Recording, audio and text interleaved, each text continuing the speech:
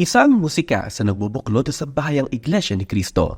Kaya naman naging tampok ito sa isinagawang pagdiriwang sa distrito ng Alaminos City sa Pangasinan.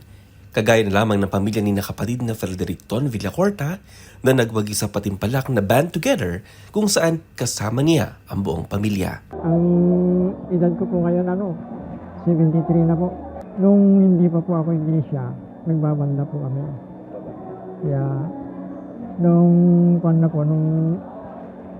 naakay po ako sa iglesia namin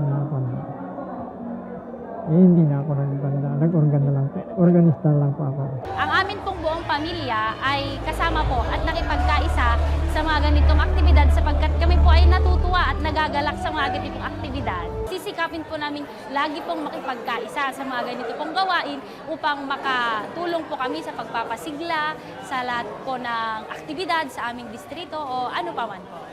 Nagagamit nila ang kanilang musika hindi lang bilang isang libangan, kundi sa pakikipagkaisa na rin sa mga ganitong aktibidad na inilulunsad ng pamamahala.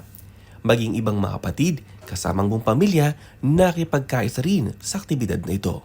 Kasama ko po ang aking asawa at ang aking anak. Kasama ko pong nag-perform.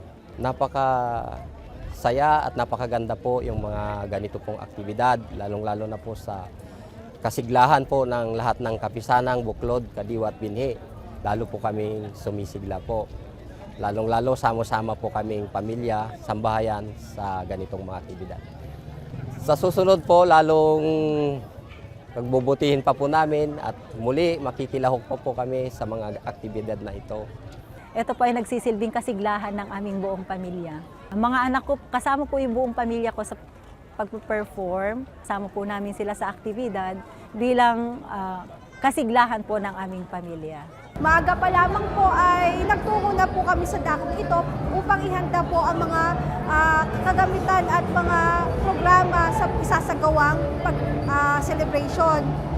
Tunay ngang isa sa musika sa mga paraan upang lalong mapagbuklod ang pamilyang Iglesia ni Cristo sa mga kasiglahan.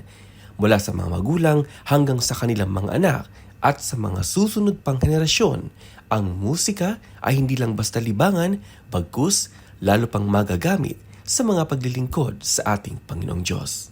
Ang kasiglahan ng mga kabataan sa kasalukuyan ay bunga ng walang pagod na pagtuturo ng kanilang mga magulang, na ito ay natutunan nila sa pagtuturo ng ating tagapamahalang pangkalahatan, ang kapatid na Eduardo V. Manalo, sa patuloy nilang pagmamalasakit at paggabay sa bawat isa sa atin.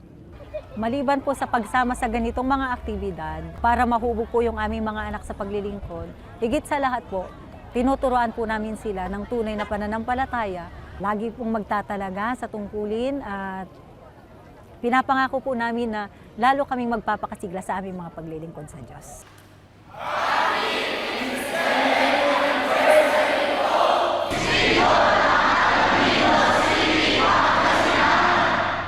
Ako po si Haji Rieta para sa INC News Live.